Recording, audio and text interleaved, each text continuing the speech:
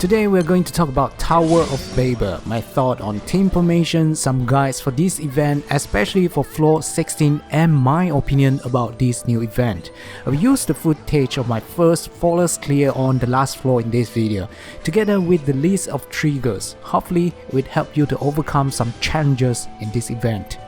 Hi Koonies, this is Koon. First of all, I would like to apologize to my lovely Koonies over my absence during the last 2 months. My doctor told me my wristband is caused by carpal tunnel syndrome, and she advised me to change my lifestyle, play less games and piano. But game is life is game, no game no life. So in the end, I miss you guys. That's why we have this video today. Alright, back to the topic. The reason why I use Wind Team for my last fight is because it is all-rounded, and there are a lot of wind summons that can help you to dodge and avoid those deadly hits. Not to mention we also have characters like Angela or Andila who can help to dispel buffs. She also comes with a panic button to save the whole team, so Angela is the #1 candidate for this fight. Seatia on the other hand has very stable damage output, and his fourth skill is very important asset to break through the last 15% of the first boss on floor 16, so he's the #2 candidate for my lineup. Meanwhile, Granblue is a very good source of immunity and dispel cancer effect, so it is always a nice choice to bring him along. My second team is full with debuff characters, which is specially prepared for the last boss. Since there is no restriction on the element, I also brought Song with me because her Paralyze is very useful here.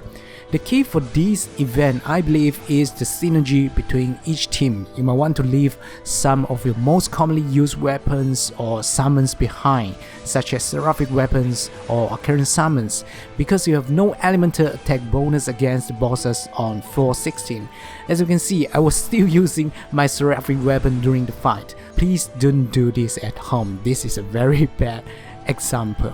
For the last boss, the Womb, if I were to do a rerun, I would probably bring characters with permanent debuffs like Shiva or Halaban Shalim for a long fight. Well, my third team is basically just for decoration.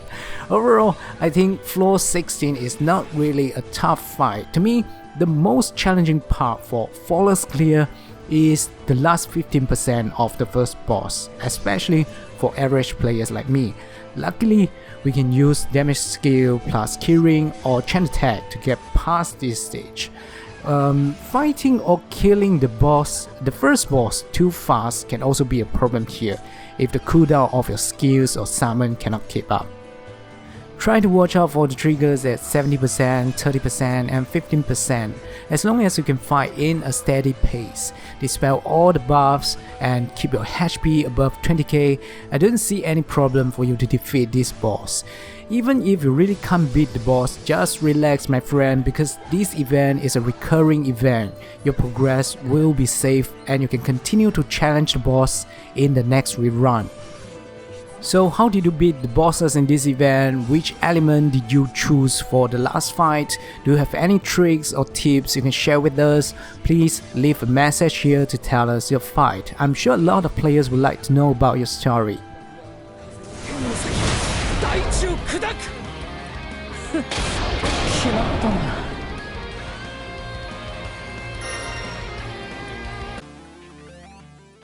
Well, about my opinion towards Tower of Babyl, I'm very positive about this new event. I personally think that it is a very generous event in terms of the amount of rewards. If we look at the number of gacha tickets and crystals, you get about 8,300 crystals from this event alone.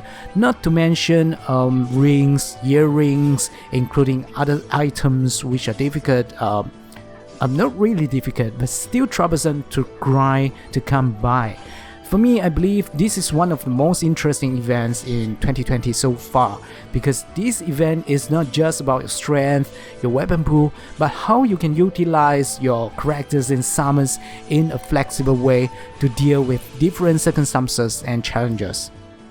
If you want me to compare Proving Grounds and Tower of Babyl, I personally think that Tower of Babyl is more fun, not just because of the rewards, but how you can switch your teams in and out when you're fighting boss. To me, this is the breakthrough. This is a game changer because you're no longer fighting boss using only 6 characters, you're fighting them with 12 characters. Most importantly, you can time the fight and deploy your teams to counter certain triggers or to deal with the weak points or the strong points of a boss. It feels like a relay, it feels like WWF or WWE. It is very fun to play with because you can create different synergies with a bigger team, which is kind of impossible prior to this. Proving Grounds, on the other hand, has too much focus on the strength of your weapon pool. It is still a very nice event to examine your solo power and your strategy, but it is too demanding and not as flexible as Tower of Babyl. I think the most interesting part for this event is the preparation. For me, I will try to look at the mastery requirements before I start fighting boss. Mastery requirements are actually things that make this event more fun to play. When you have a specific goal, your vast knowledge about your characters starts to fly into your head. And because the design of these floors is not limited to one element, people start to become more creative with their strategies and lineups. I'm extremely pleased to see an event which is able to give players the liberty to play in their own way. This is not something we usually come across in Granblue Fantasy. To be honest, it is beyond my expectation.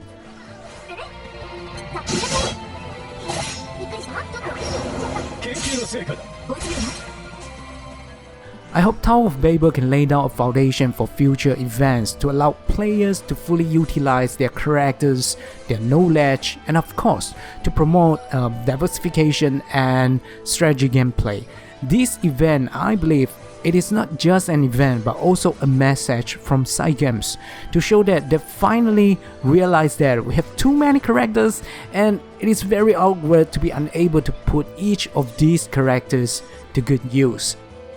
Personally, I think we have been spending too much time working on the meta, the best weapon grid, those golden rules, in the last few years. The ideology and gameplay become stiff and boring as time goes by. So Tower of Babyl feels like a fresh air to me. I'm not too sure how you guys feel about this event. Am I the only one who is happy with the mechanism we're using in Tower of Babyl? Please share with me your thought, your view, or anything you're happy or unhappy with this event in the comment section below, because I really want to know what is in your mind. Last but not least, it is good to be back. Besides Granblue Fantasy, I will also play and upload videos about Genshin Impact in this channel starting from next week. So if you are also interested about this fantastic new game, please remember to stay tuned. We'll start a brand new journey together. Know your game, know yourself, and play like a pro. This is Koon. I will see you again very soon. Ciao.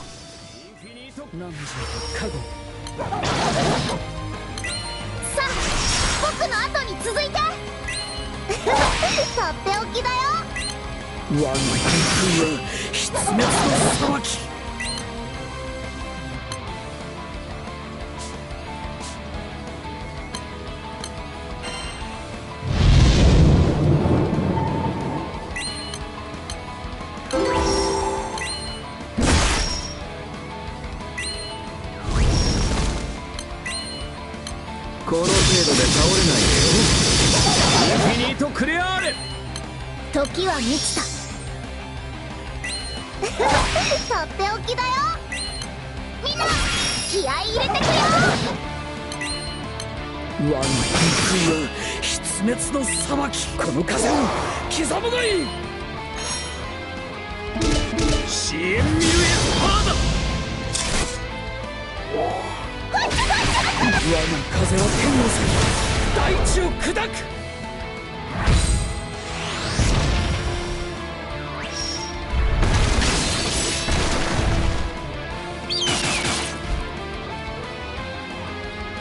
これで終わりにするよ。君ってすごいね。